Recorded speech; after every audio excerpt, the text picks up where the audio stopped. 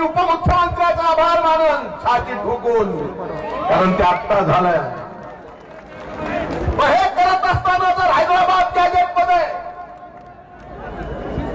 इतर जातीच्या गॅजेट प्रमाणे जर न मिळत असेल तर आमच्या या बंजारा समाजाला सुद्धा एसटीचं आरक्षण देण्याबाबत राज्य सरकारने विचार करावा लागेल. भले अभ्यास वर्ग बसवा, समिती निर्माण करा, समिती निर्माण करून या मराठवाड्यातल्या हैदराबाद गॅजेट प्रमाणे एसटीचं आरक्षण मिळण्यासाठी सरकार सुद्धा प्रयत्न करेल, हाही या ठिकाणी मी आपल्याला विश्वास देतो. आज या बंजारा समाजाला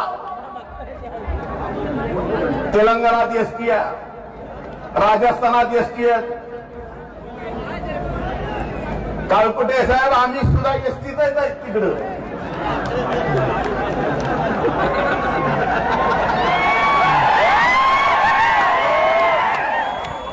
बंजारो येणार का?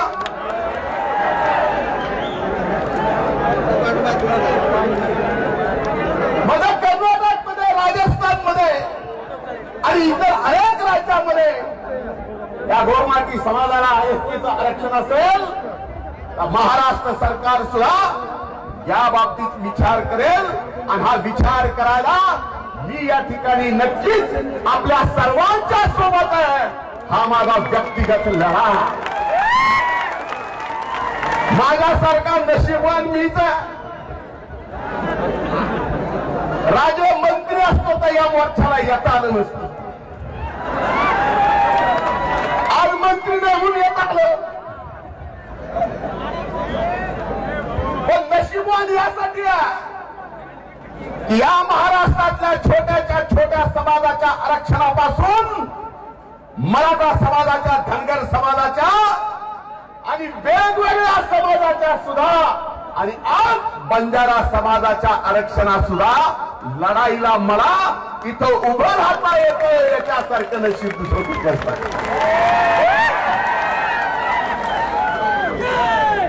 म्हणून या ठिकाणी मी सरकारला विनंती करीन,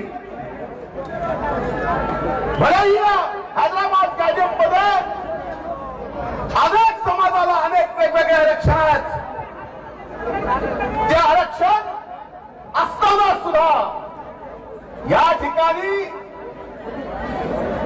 पूर्वीचे एसटी, आपण नव्यानं होणारे एसटी याचा कसा मेळ घालायचा याचा अभ्यास घट करावा आणि लवकरात लवकर या ठिकाणी या बंजारा समाजाला संविधानाच्या चौकटीत राहून आपण हा लढा पुढे नेऊ.